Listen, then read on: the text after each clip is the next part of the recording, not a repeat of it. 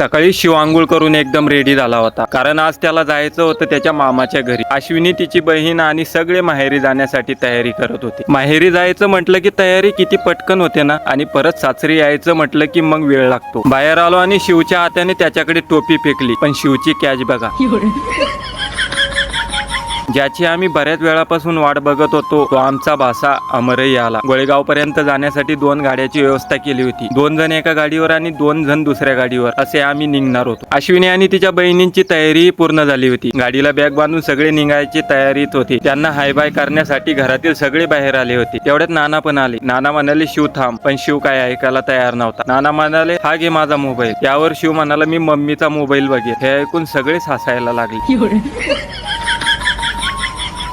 शेवटी नानांनी शिवला थोडे पैसे दिले आणि त्याचा आनंद तर गगनात मावनेसा झाला. त्यानंतर आम्ही 1000च्या स्पीडने गोळेगावच्या दिशेने निघालो. शिव तर खूपच खुश होता, कारण तो मामाच्या घरी जाणार होता ना. गोळेगाव मध्ये पोहोचल्यानंतर अमर सोबत एक छान सेल्फी काढली. वातावरण थोडं गरम असल्यामुळे शिव म्हणाला, पप्पा मला फ्रुटी घ्यायची. मग त्याच्यासाठी फ्रुटी घेतली. बसची वाट बघत आम्ही बराच वेळ गोळेगाव मध्ये उभे होतो. मी अमरला माझा एक फोटो काढायला सांगितला. गॉगल मध्ये मी कसा दिसतोय ते तुम्ही कमेंट मध्ये नक्की सांगा. थोड्या वेळाने बाहेर उभं राहणं अवघड झालं, म्हणून आम्ही आतमध्ये बसलो. तोपर्यंत शिवने त्याची पूर्ण फ्रुटी संपवली होती. काही वेळाने बस आली. अश्विनी आणि बाकीच्यांना व्यवस्थित बसमध्ये बसून दिलं. बस निघाली आणि आम्ही घरी जाण्यासाठी निघालो. पण तेवढ्यात अमर म्हणाला, सिद्धेश्वर महाराज धोत्रा कुठे आहे? मग मी म्हटलं, चल तिथून जाऊया आपण. गोळेगाव मध्ये आम्हाला सिद्धेश्वर महाराज संस्थान धोत्रा अशी पाठी दिसली आणि आम्ही त्या दिशेने निघालो. अमर पुढच्या गाडीवर आणि मी त्याच्या पाठीमागे होतो. काही वेळातच आम्ही सिद्धेश्वर महाराजांच्या मंदिरात पोहोचलो. हे अतिशय प्रसिद्ध आणि श्रद्धेचं ठिकाण आहे बरं का. येथे दरवर्षी 15 दिवसाची भव्य जत्रा भरते. महाशिवरात्री पासून सुरू होणारी ही जत्रा होळीपर्यंत चालते. दूरदूरून हजारो भाविक या ठिकाणी दर्शनासाठी येतात. मंदिरात जाऊन आम्ही सिद्धेश्वर महाराजांचे दर्शन घेतले आणि मनाला खूप समाधान मिळाले. दर्शन झाल्यानंतर मंदिराबाहेर आलो, गाडीवर बसलो आणि पुन्हा शिवनगरी जळगाव सपकाळच्या दिशेने प्रवास सुरू केला. घरी पोहोचताच अमरने लगेचच मोबाईल हातात घेतला. आजचा छोटासा प्रवास, शिवचा आनंद, कुटुंबासोबतचे क्षण आणि सिद्धेश्वर महाराजांचे दर्शन खूप छान अनुभव देऊन गेला. व्हिडिओ आवडला असेल तर लाईक, शेअर आणि फॉलो नक्की करा. धन्यवाद.